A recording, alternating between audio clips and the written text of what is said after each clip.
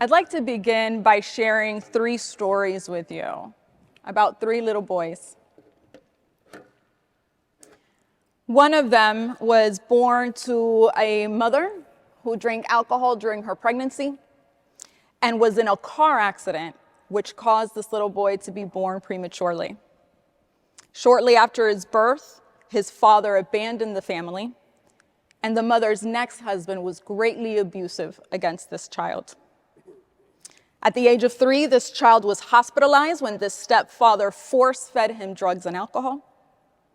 He was kicked, he was beaten, he was thrown against walls, he was humiliated and tortured for wetting his bed. Some of the torture included wearing a urine-soaked sheet around his neck, and was forced to stand while his father burned his genitals with a heated spoon. When he was 11, his mother was murdered with an axe, which caused this child to go into the foster care system, which continued to fail him. I'll tell you a story about a second little boy. His father would line up all of the family's children in the living room, close the blinds to start a blanket party. The blanket party meant that this little boy would have his face covered with a sheet, and the father would pull out a belt and force the 4 other siblings to whip this child with the belt. And if they didn't, they would be beaten. Once this boy would be allowed out of the sheet, his body would be covered in welts and his face red and streaming with tears. He and his siblings all were deeply affected by this upbringing. None of them were able to escape this traumatic childhood unscathed. All of them ended up succumbing to addiction, to suicide, to mental illness, and criminal behavior. I'll tell you one more story about one more little boy. He grew up with alcoholic parents, was exposed to sexual and physical violence on an almost daily basis for years. At 9 years old, he started becoming a victim of sexual abuse and regularly witnessed his mother being physically abused and raped by his father. His mother died of cancer when he was 11 years old, and at 13, his father died by suicide in their home. This meant that the child also went into the system. He was in an orphanage where he continued to be sexually abused, this time by a 35-year-old caretaker. And at 17, still at the orphanage, he attempted suicide. He was hospitalized, but then returned to the orphanage until he became an adult.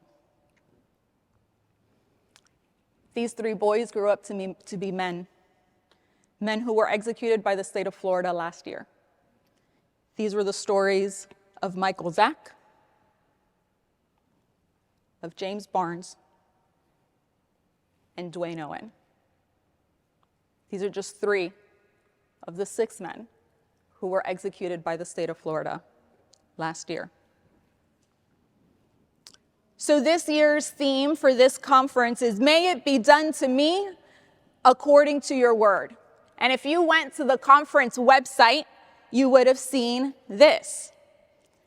It says, "We pray this conference will be a source of inspiration for us to emulate Mary's example, allowing her son to speak to our hearts." And so the reason I share these childhood stories with you is I hope that they can speak to our hearts as well, so that we may try to see these lives and the complexities of these lives through the eyes of Jesus and the Blessed Mother. These men weren't just the worst thing that they did in their lives, just like we're not only limited to the worst thing that we've done in our lives. The reality is that childhood abuse and trauma, like these boys experienced, physically rewires the brain. Brain structures physically change when we experience abuse and trauma, such as the ones that I just described. Right? It affects the wiring of the brain. It affects how we think about consequences, how we think about decision making. So yes, these men committed acts that caused great harm.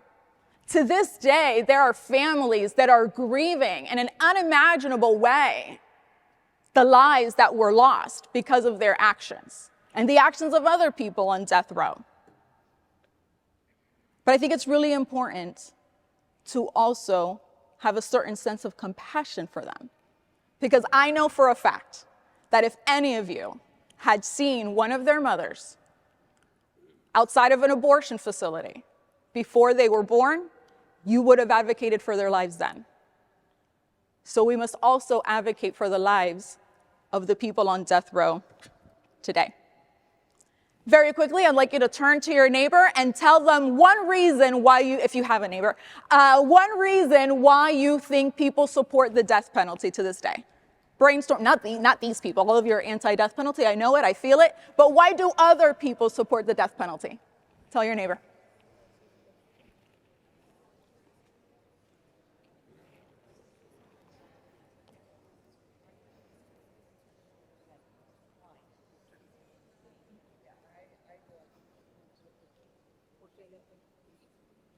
All right. I'm not going to go through all of these. I'm going to touch on just a few reasons why people support the death penalty. And we're going to talk about if those things are, actual facts, right? So number one, I've heard people say that it deters crime. Okay, has anyone heard this, right? So it deters future crime. The reality is that if we take the average homicide rates in states with the death penalty and the homicide rates in states without the death penalty, guess where the homicide rates are lower? In the states with or without? Without the death penalty, right? So if it were a deterrent, we would see that switch, and that's not the case. It's never been the case. If we look at the statistics, right, continuously, the states without the death penalty have lower homicide rates.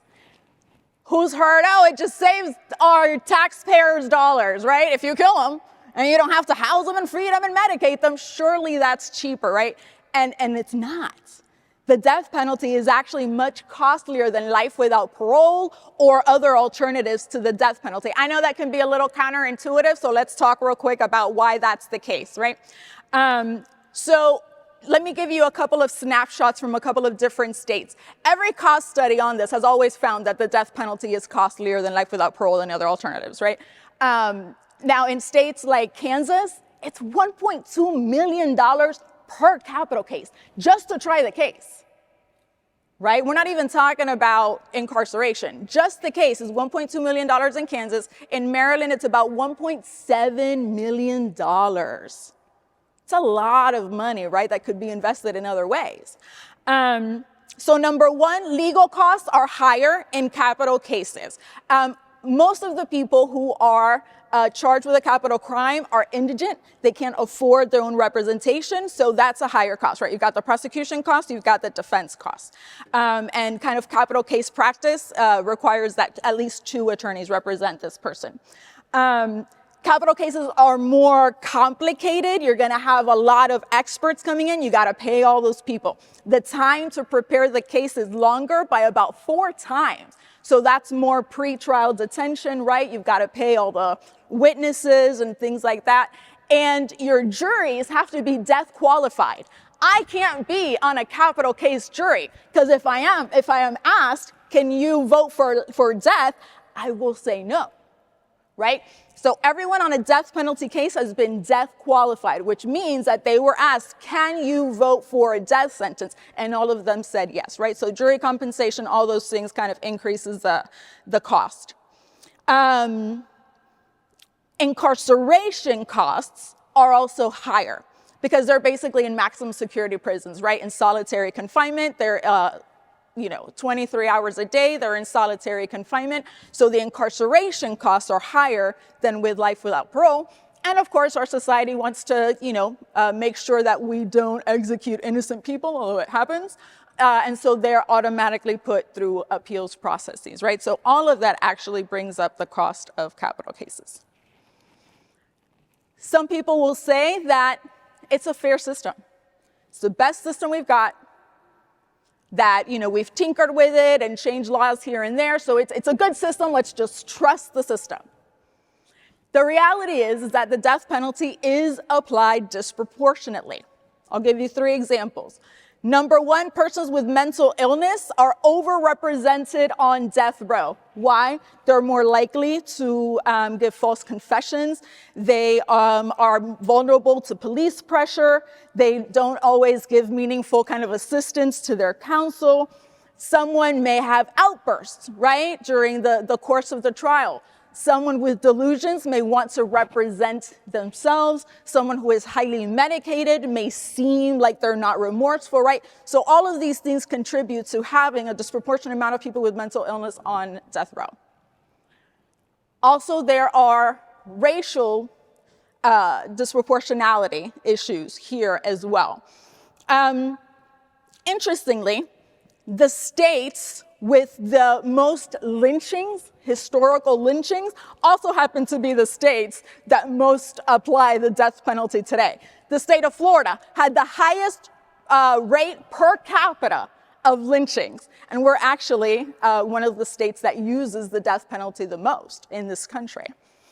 African Americans make up less than 13% of the population, but 42% of people on death row.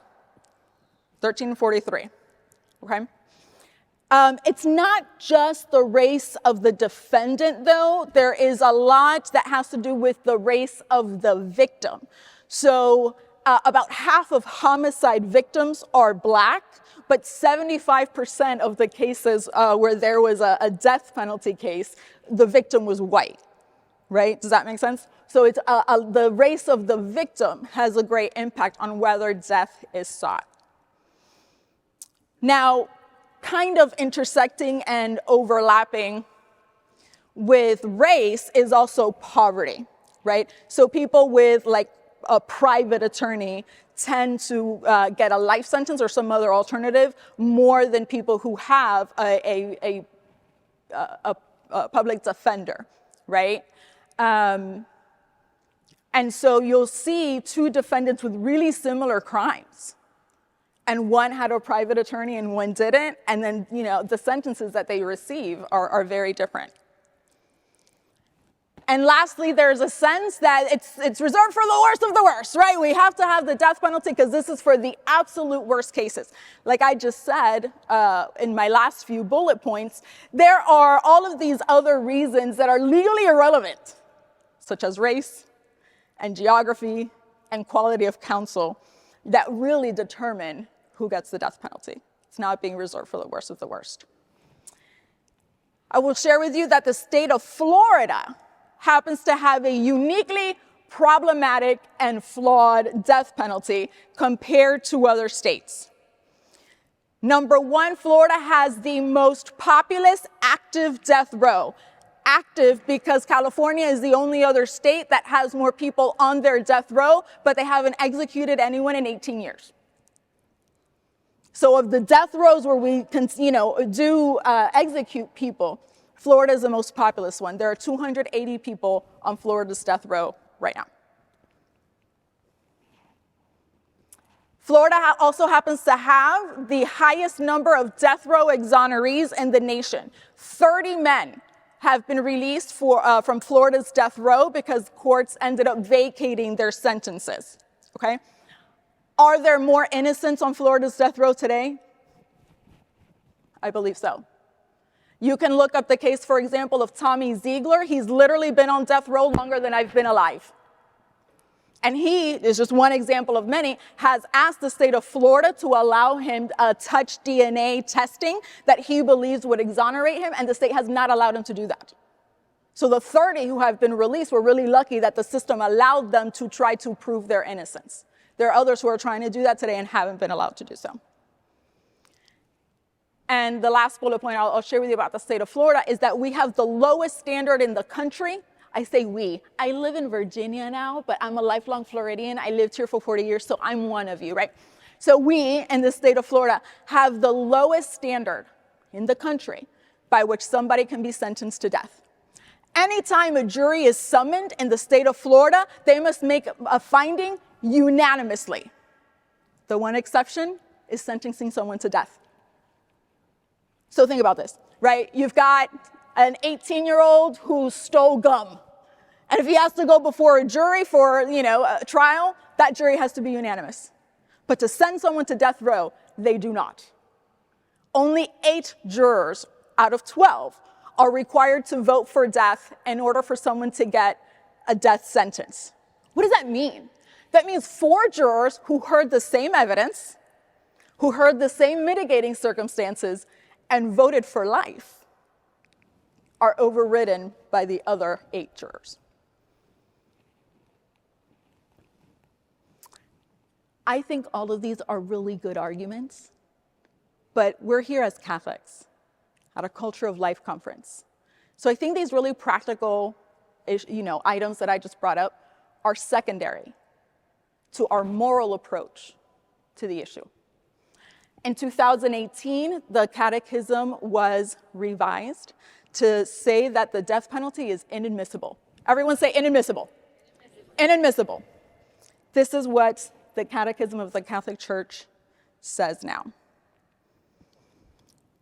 There is an increasing awareness that the dignity of the person is not lost, even after the commission of very serious crimes.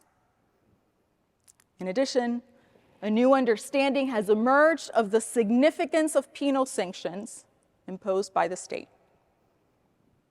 Lastly, more effective systems of detention have been developed, which ensure the due protection of citizens, but at the same time, do not definitively deprive the guilty of the possibility of redemption. It's a really important piece of this, right? We're cutting short their time to potentially have remorse when they're executed. The Catechism continues. Consequently, the Church teaches in the light of the gospel that the death penalty is inadmissible. There's that word. Because it is an attack on the inviolability and dignity of the person.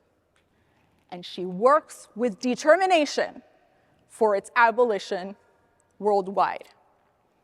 Now, before this revision to the Catechism, there had been a small opening where death sentences were appropriate, right? And so what the Church had taught was that in very narrow, limited circumstances, only when it was the only means necessary by which to protect society, it was acceptable. But as we just read, penal systems have now strengthened to the point that society can be kept safe without executions. And so we here, Catholics, at a Culture of Life conference, I'm so glad to be with you. When I worked for the Florida Conference of Catholic Bishops, I was able to come to these conferences annually, and I am just so honored to be with you here again with the laborers who are trying to build a culture of life in Florida. And there is so much work to do in building a culture of life in Florida. We're talking about abortion, we're talking about human trafficking, we're talking about physician-assisted suicide, all of these things. But I hope all of you walk away today with a vision that a culture of life has no room for premeditated, state-sanctioned homicide of captive prisoners. And because we Catholics are truly pro-life for the whole life, right? From the womb to the tomb, from conception to natural death, we are politically disenfranchised. So raise your hand if you're familiar with Forming Consciences for Faithful Citizenship. Yes. All right, if you're not, Google it when you get home, right? So this is a document that the bishops put out and they'll slightly update for election years, right? And so it's calling us Catholics into the public sphere. Right? And how do we do it as Catholics? This document, number 1, says that we Catholics are politically disenfranchised. We are politically homeless. We don't fit into either major party box really well. And the document says that when appropriate, we are called to change the parties. So when I worked for the Florida Conference of Catholic Bishops and I, would work on abortion and the death penalty and, all the stages of life, consistently what I would hear from Florida's elected officials was, I don't agree with you on such and such issue, but I admire your consistency. So to my core, I believe that we Catholics can and will change how politicians approach these issues, because we agree with everyone on something and we disagree with everyone on something else, right? So we can go in and talk to our elected officials about abortion and about the death penalty at the same time. They're going to agree with one, they might disagree on the other, but you have common ground. I believe to my core that we Catholics, pro-life Catholics, can and will end the death penalty in Florida. How do we do it? How do we do this? Working with determination for its abolition worldwide. One, usccb.org. If you don't already receive our advocacy alerts, please sign up. The U.S. Conference of Catholic Bishops has consistently supported legislation to end the federal death penalty, and we have called on the president to commute all federal death sentences. President Biden actually, I think, is the only president that has included on the campaign website as a goal to end the use of the federal death penalty. So hopefully, before he leaves office, he will commute the sentences of the 40 people on federal death row. And so on the USCCB website, you can sign up for action alerts to send messages to your members on this and all of the issues of priority to the bishops. At the state level, flaccb.org, the State Catholic Conference, same thing. They support legislation to end the use of the state death penalty and also support legislation that are incremental improvements in limiting the harm of the death penalty. So, for example, requiring that juries be unanimous is something the conference has worked on for a long time, as well as supporting legislation that would exempt people with severe mental illness from the death penalty. Every time the state of Florida prepares to execute someone, the bishops of Florida send a letter to the governor asking that that sentence be commuted and that he sign no more death warrants.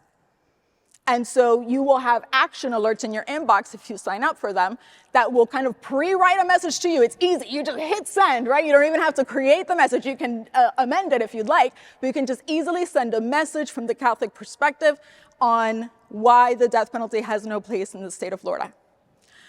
Both the USCCB and the FCCB have capital days for Catholics. For the U.S. Conference of Catholic Bishops, that's the Catholic Social Ministry Gathering. I think the registration page just went up. So please, if you join us, I will see you in D.C. And the Florida Conference of Catholic Bishops also has an annual Catholic Days at the Capitol. The issues change every year depending on what's happening politically, but pretty regularly we did work on death penalty issues during these Catholic Days. Every time there is a death warrant signed, there are almost 30, I think, prayer vigils all around the state. You can go to one of them or you can start a new one at your parish. Catholic Mobilizing Network is another great organization. They work closely with the U.S. Conference of Catholic Bishops. They have virtual prayer vigils every month to pray for everyone around the country that is scheduled to be executed. They have really great resources from the Catholic perspective that you can use for like Respect Life Month or that you can use for Lent and things like that. And lastly, not a Catholic organization, but I have the privilege of co-chairing Floridians for Alternatives to the Death Penalty. Again, I'm no longer a Floridian, but they let me stick around. And so it is a one-issue secular organization that only works on the death penalty. I think in the exhibit hall, we have a table right now, and it is being tabled by a gentleman who is I'm sorry, I'm out of breath. A gentleman who is a criminal defense attorney who has worked on capital cases. So if you have any legal questions, ask him.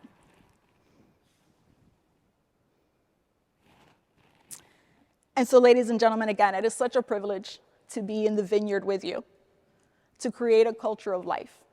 It is such a privilege to be here in Orlando, to be at this conference with you. And I hope that together we really can do what the Catechism now directs us to do, which is to, let's go back to it, work with determination for its abolition worldwide.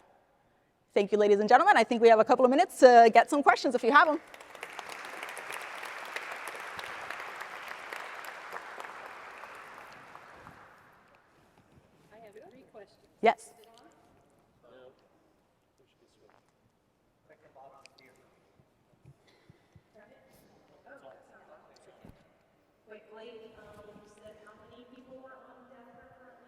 108? 280. 80 to 80. Who is it in the state of Florida that actually is the party that seeks the death penalty when it's a possibility, whatever? It's the county prosecutor. So county prosecutors is the one that seeks death penalty for a particular case. Yes. And then what is the difference between a federal death sentence and a state like that? Yeah, great question.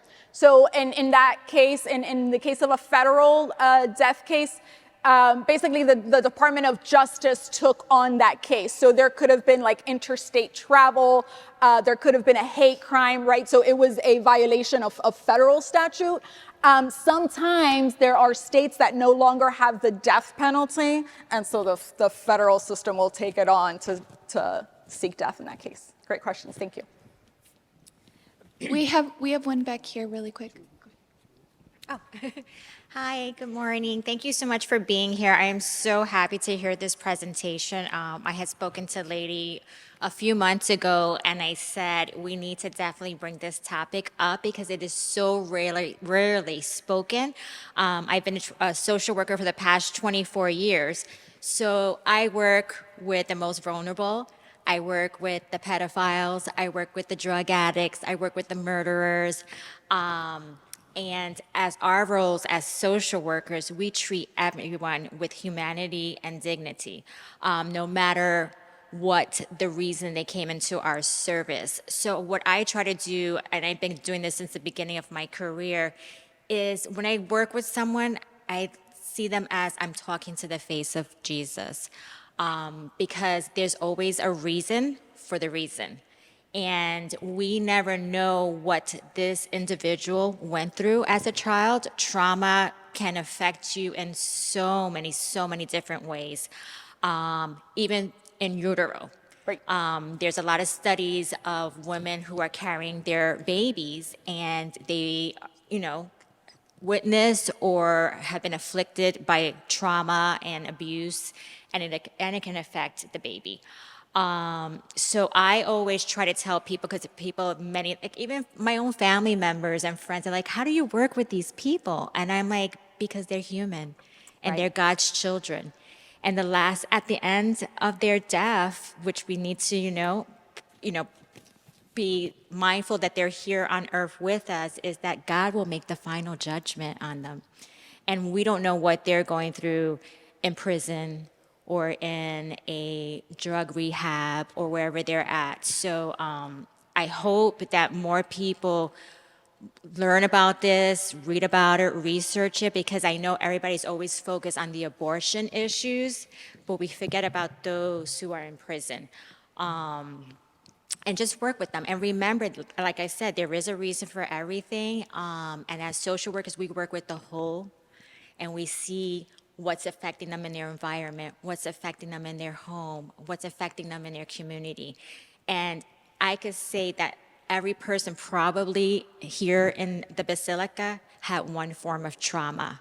So we need to be very mindful for that. But thank you so much for talking. Thank you. That's really beautiful. And so, let's think about, we just said that the death penalty is more costly than life without parole. So imagine if we reinvested that money instead of the death penalty in social services, right? If these boys had received the support that they needed growing up, if their families had worked through their trauma issues that probably existed, right? It would have saved their own lives and the lives of the people that were harmed. Thank you for your work. And I'm sorry, it's gonna have to be our last question in the interest of time, and there is mass that's gonna occur here too at 12:00, and we have one more speaker, so we're gonna have time for one more question. Any other questions? If you want them answered, please send them to our office, or you can speak to me or my wife, and we will get them answered for you. I promise. And I'll be around the rest of the day too. Happy to have Yes, all and the she'll be around if you'd like conversations. to talk to her directly. Okay, thank you. When I have spoken to friends or other people about my opposition to the death penalty, I've had some Catholic people say, the church allowed the death penalty for years, and so I would like you to speak on that, as well as the idea that it encourages repentance, encourages remorse, because people are expecting their death at a certain time. Thank you. Yeah, thank you. So remember that the Vatican, the popes have to speak to, they're the pastors of the world, right? So when we're talking about the U.S. bishops and the Florida bishops for decades have been calling for an end to the use of the death penalty because the U.S. system has had a really strong penal system for a very long time. I think for the time that the church allowed the death penalty, again, it was in really narrow circumstances, but I think it's also mostly for countries that didn't have the penal system that we had in the United States, right? So for decades and decades and decades, you can look back at all of the documents where the U.S. bishops and the Florida bishops have been calling for the end of the use of the death penalty here. But now that door has been closed because of the strengthening of penal systems.